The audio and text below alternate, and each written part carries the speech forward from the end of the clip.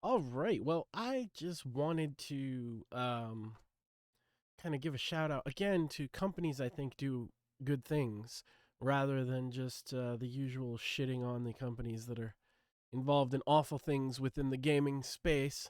You know, everybody wants to hear about ActiBlizz's lawsuits, and then you talk about it, and everybody wants you to get censored. Um, Everybody wants to hear about how bad EA is. Like, that's not a dead horse. But nobody wanted to hear about THQ Nordic being good guys. And here we have Valve absolutely nailing consumer friendly to a degree that no other company making any type of hardware in the gaming space today is doing. So this was released just yesterday. It is a take a look inside the Steam Deck, and I've seen teardowns from major companies before. That's not actually new. But what's new is some of the things that they say. So we're going to take a look at just what is being said in this video. The Steam Deck, by the way, for those who aren't aware, is a handheld that Valve is making integrated with the Steam OS and Steam platform. So if you have Steam games, which if you're on PC, you probably do, you can just play them all on this handheld device. According to Valve, will be able to run the entirety of the Steam library at launch natively. It is a bold claim. There's some really high end graphical powerhouse games that come out all the time. But it's possible, I think, on this hardware. I have seen on it running things like Doom Eternal. I've seen Witcher 3 running at 60 frames per second. That was put out by CD Projekt, put out tweets with videos of that. So like this is a handheld system that in terms of raw power is going to put something like the Nintendo Switch to shame. Now, Nintendo Switch has other things going on for it. I'm not going to shit on you Switch fanboys. I get it. You like your Mario and your Zelda, right? But in terms of raw power, graphical prowess, this is running shit at modern resolutions, modern frame rates in a handheld form factor. And Valve has the added bonus of, well, we'll take a look. Hi. This is a video about opening up a Steam Deck to replace one or more of the components inside it. Specifically, we're going to cover the thumbsticks and the SSD. In one way, this is a how-to video, but in another way, it's a why you really shouldn't do this video. That's because even though it's your PC, or it will be once you've received your Steam Deck, and you have every right to open it up and do what you want, we at Valve really don't recommend that you ever open it up. So that's important.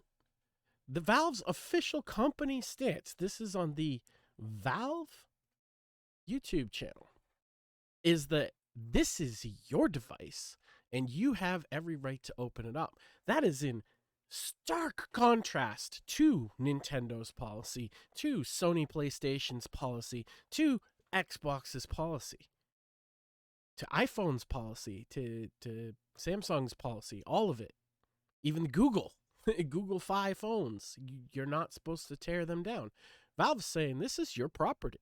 This is your PC. Notice he called it a PC, not a handheld or a game console or anything like that. That's because you can install when it comes default with SteamOS, which is a Linux-based kernel that Steam has developed internally, which you can use right now. It was part of the whole Steam machine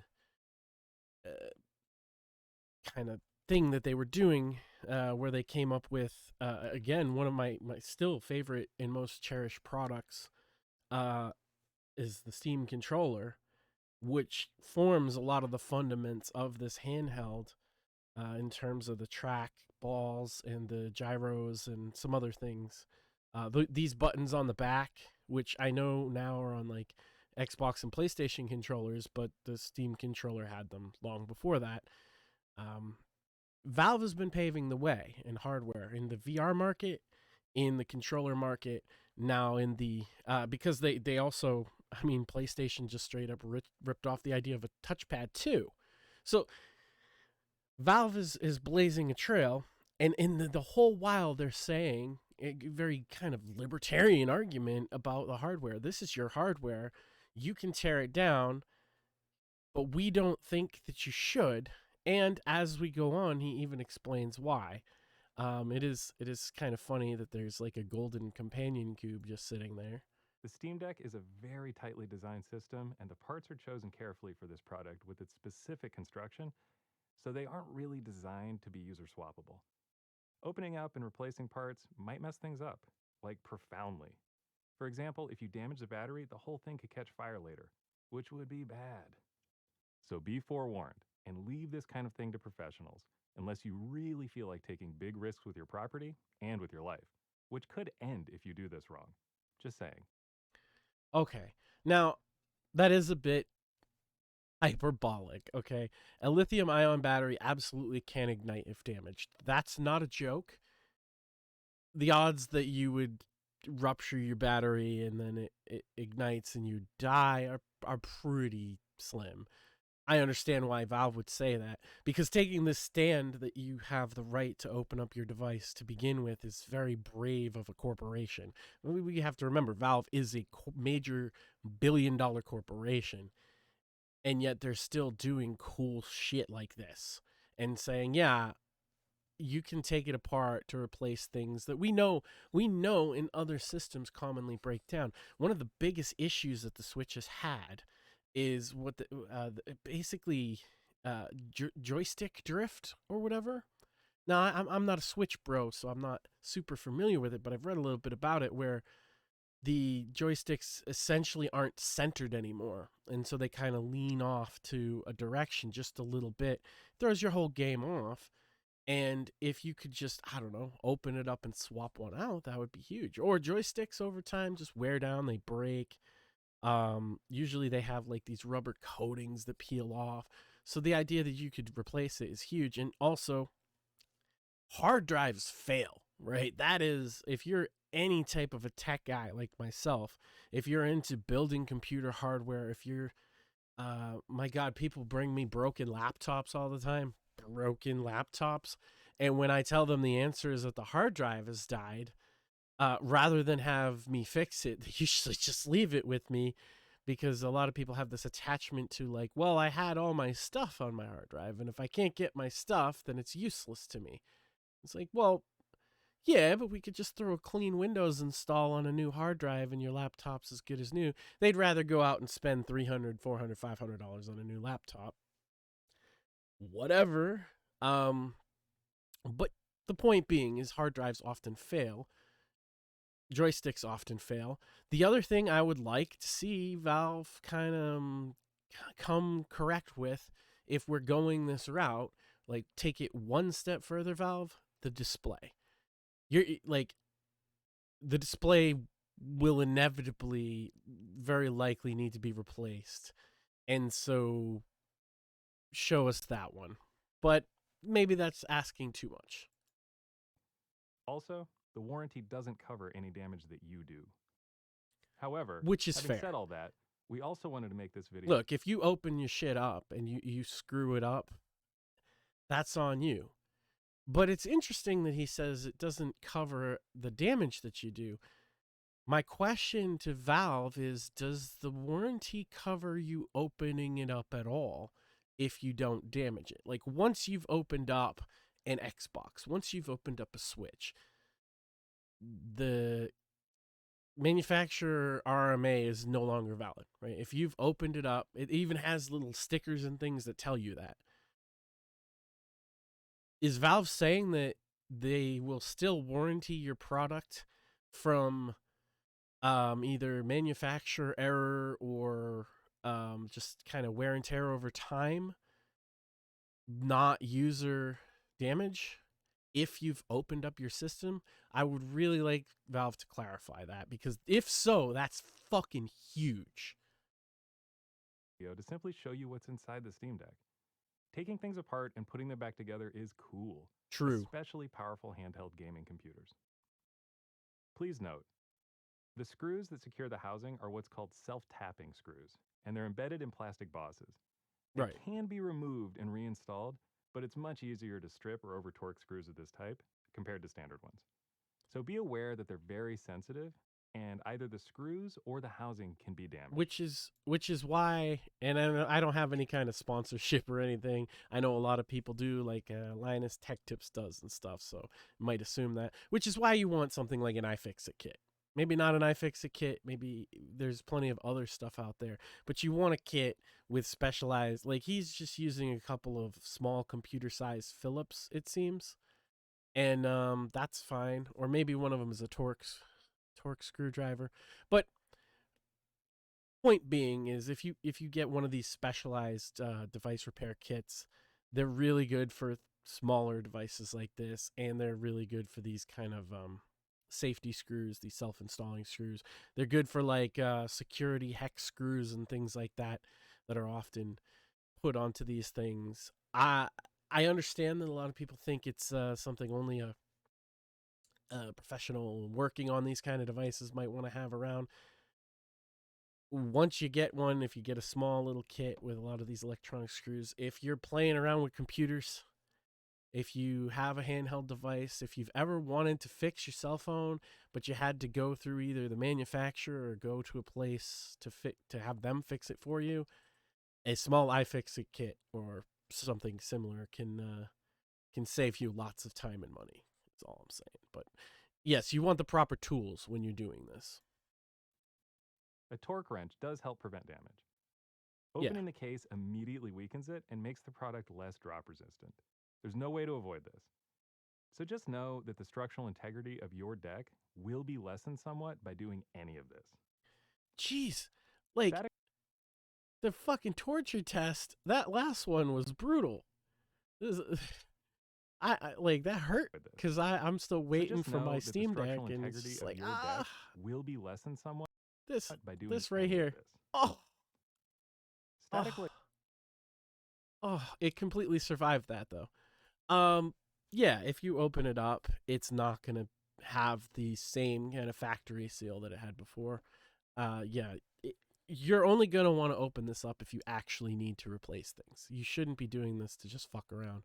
It's not a toy like that, especially if you're dumping 400, 500, almost $600 into one of these things, because that's what they're going for. I got mine pre-ordered. I got the 400 model coming. I'm not gonna go crazy, but yeah, you shouldn't be opening this up. If your joystick dies, you should maybe think about it. If your SSD dies, obviously you're gonna have to, but other than that, you should leave it intact. electricity can easily break your Steam Deck permanently. That too. Basically, if a spark jumps from you to one of the integrated circuits on the board, it'll probably fry some of the parts forever. If Now, you're unfamiliar with this is one of those things, okay? I working with computers, this is a thing that we're constantly aware of, is static jump and frying components. I cannot think of a time when I've done that in the last several years. However, I am aware of grounding myself. I don't use an electrostatic band like that ever. Um, and there's gonna be some nerd in the comments that's gonna freak out, but I just don't. I don't believe in it. You can totally ground yourself without it pretty easily. What you got to do is you gotta leave your power supply in the case, plugged in, turn the switch off so that there's no power going through it, and then rub up and down on the metal of the skeleton of your PC case until you've discharged all your electricity. You'll know because you won't be getting shocked at all anymore. And you just massage it casually, you make sweet love to the side of your computer and you'll be fine. But this is a small little form factor handheld device, so it might be wise to have some type of constant discharge like that. I'm not going to advise against it. I just do know that people really freak it. Like, you could vacuum the inside of a computer. you know, they, ah, this idea that you're going to fry the parts, it is possible and it does happen, but it's not as like common as people say. preventing electrostatic discharge, you should probably stop doing this and turn it over to a pro. First, Yeah, a pro like remove me these who 4 doesn't give screws. a fuck about static discharge. Then these 4. Note that they're different sizes, so start keeping your screws organized to help you when it comes time to reassemble everything. Pro tip. After the screws are out, you just need to pry the case open. Try not to break a fingernail, that hurts. Note that this video shows pre-production hardware, and there will be some differences between what you see here. So already you could see they've got these have to be custom housings for the joysticks. There's no way those aren't the joysticks, right? With the ribbon cable tying them into the main board. You have this looks like a heat shield. So that's probably where the processing and everything is. Little fan in the middle. Nice big battery. One thing you will notice, there doesn't seem to be any fucking wasted space in here. And the Steam Deck that you own. This is the battery. Before proceeding, it's important to disconnect it. Do that by unplugging these wires here. The first component we're going to replace is the thumbstick. This part is easy to remove. Be aware that the whole assembly is custom. Well, you didn't The actually show us how to remove it, though. Right? In fact, it was already out when he took the battery wire out, wasn't it? Yeah, he took it out off camera. See, what you see here, when you're doing a and the Steam breakdown Deck like that you this, you kind of want to do that. So it does seem like you just disconnect this ribbon cable, and then there's a couple screws. This is the battery. Before proceeding, it's important to disconnect it. Do that by unplugging these wires here. The first component we're going to replace is the thumbstick. This part is easy to remove. Be aware that the whole assembly is custom. The stick, the board, and the cap. Replacing these will require matching the custom parts exactly. Stay tuned in the coming months for a source for replacement parts, thumbsticks, SSDs, and possibly more. Another, awesome move on the part of Valve. You're going to tell us where we can find replacement parts? I'll tell you what. Microsoft, Sony, and Nintendo aren't doing that. They do the opposite of that. They would tell you, no, you have to just send it to us for RMA. Lift this latch. Unplug the flex cable here. Remove these 3 screws. Yeah, exactly like I said. And then take the stick assembly out. Okay. That's it. You probably should have done that in a different order, but okay. Let's move on to the SSD. We don't recommend replacing the included drive. What we do recommend for increasing your storage capacity is the handy microSD card slot. So much easier and plenty fast. Yeah, so I understand that a lot of people are going to be like, I want to replace the SSD. 64 is not enough. If you get a good SD card, you'll be fine. I don't think you need to replace the 64 gig SSD. I think that's not a wise idea. However, over time, hard drives wear out, and so the ability to be able to take it out and replace it is super huge. And again, Valve doing a good job. Please note, before attempting an SSD replacement, an off-the-shelf SSD could cause problems. 1. Power consumption. An off-the-shelf SSD can draw more power than the original drive, which could cause overheating and reduce battery life. 2. Right. Electromagnetic interference. Our SSD is located very close to our wireless module and was specifically chosen and tested to not interfere with Wi-Fi and Bluetooth. An off-the-shelf SSD might have a different emissions pattern and could compromise wireless performance. 3. Mechanical. Let's go. We place components on the motherboard underneath the SSD, and a different one might mechanically interfere with these components, especially during vibration. 4. Oh, Assembly. there's more. At least one screw which holds down the thermal module onto the APU is also used to hold down the shield can. Removing this screw can impact the thermal performance of the thermal module. Here we go. Okay.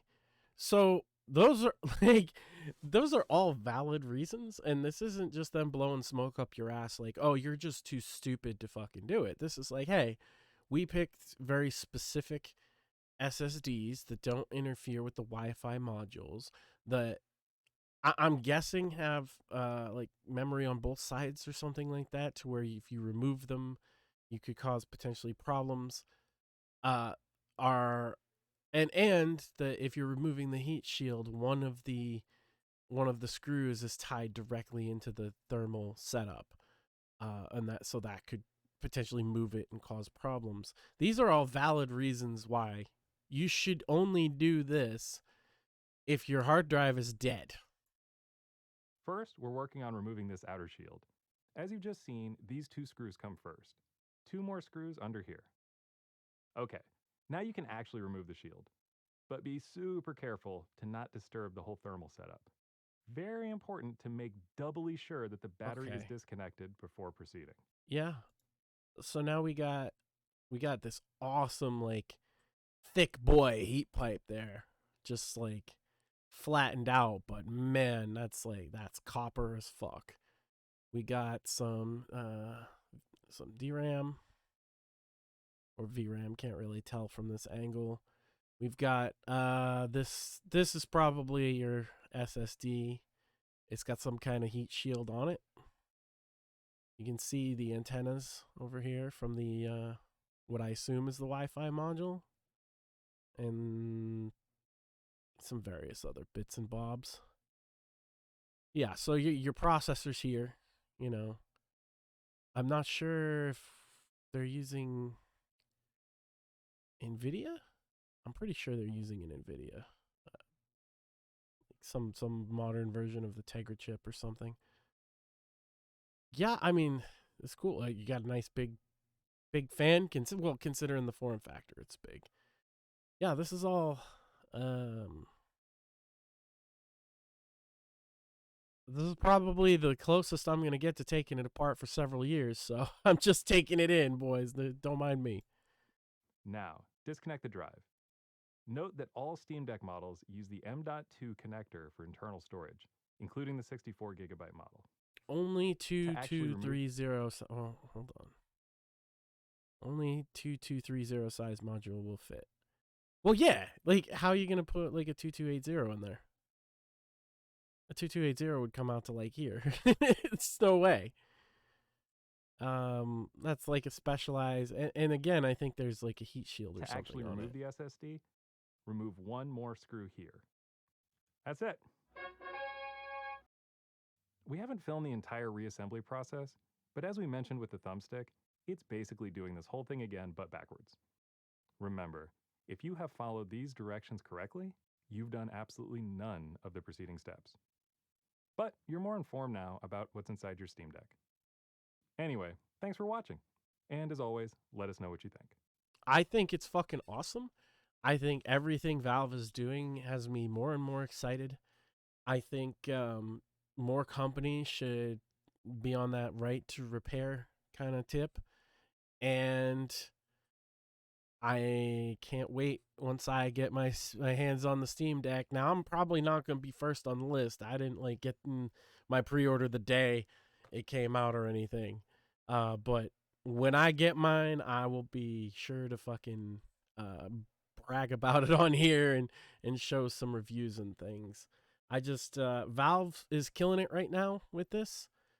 On top of a lot of other things that they're killing it with, and they deserve the props that no one seems to want to give because everybody's worried about the woke megacorps rather than Valve, who kind of goes under the radar and doesn't suck China's dick and doesn't suck the government's dick either. So yeah, keep an eye on this shit.